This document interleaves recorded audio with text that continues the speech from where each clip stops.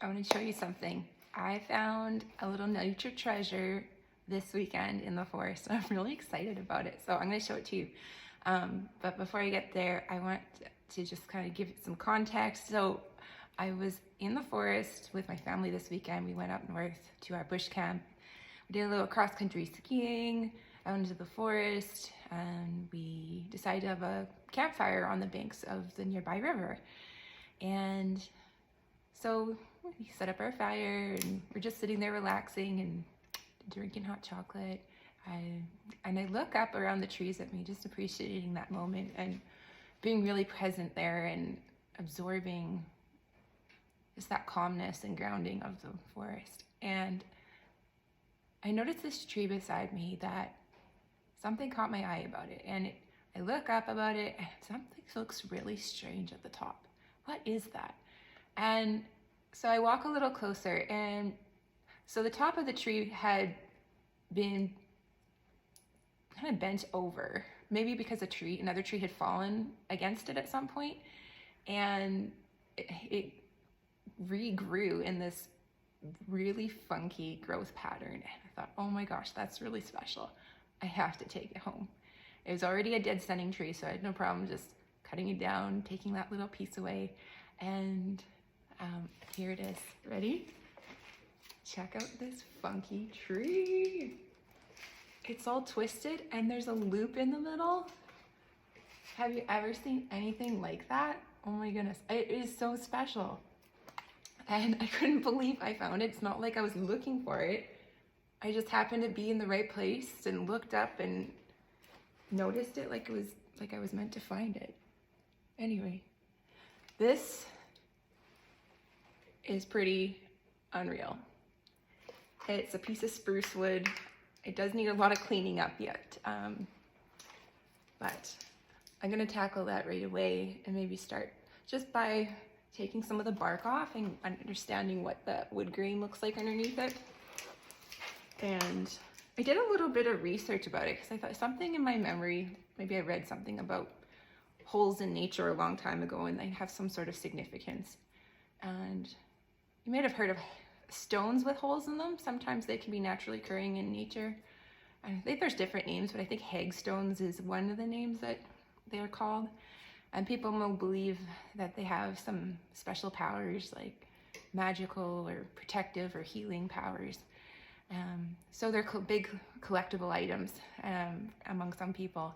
But I hadn't really heard too much about holes in trees before, and I thought, that's pretty cool. Let's research it. That's what I do. I'm a researcher. So I went on the internet and started researching some of if there was any significance behind this. And from what I found, there's traditions and folklore across the world, but particularly in Scandinavia, there were traditions by the Norse people that believed that by looking through one of these loops, shapes, that they could see the gods or see Odin himself.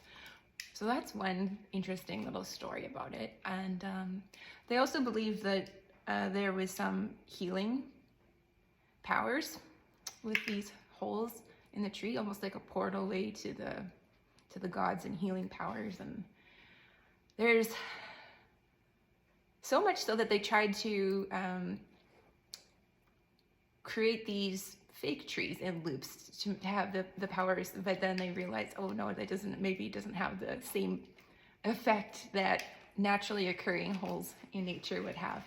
And so a lot of these locations that had loops in the trees or holes in the trees became part like a landmark for people to go to and perform their traditions and ceremonies, trying to invoke healing in themselves or whoever was ill.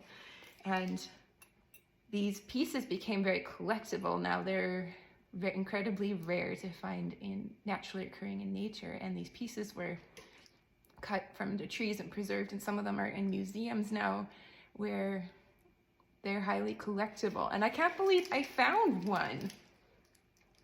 I don't know, what does that mean? What does that mean to you? Do you have any other insights about what this could mean, or what, I don't know, I've never seen anything quite like it before. I don't know what I'm gonna do with it exactly yet, but I do know I want to turn it into some type of art piece. And I'm imagining it at this point. I just feel like this, I have this gut feeling that it needs to stand up like this, maybe on a base or something, just to really draw attention to that unusual loop. Could go like this, I don't know. I'll start by taking some of the bark off just to see how I feel with it. I'll be using the angle grinder with a flap disc maybe. This might need to get replaced with a new one. It's a little wore out. So might start taking some of the bark off, and if that's not enough, I will try my Arbor Tech power carving unit with the turbo plane. It won't gouge in too bad, but it does have a little slightly rounded cutters that will take the bark off. That's my game plan. Anyway, so yeah, just wanted to show my little nature treasure I found this weekend. Isn't it cool?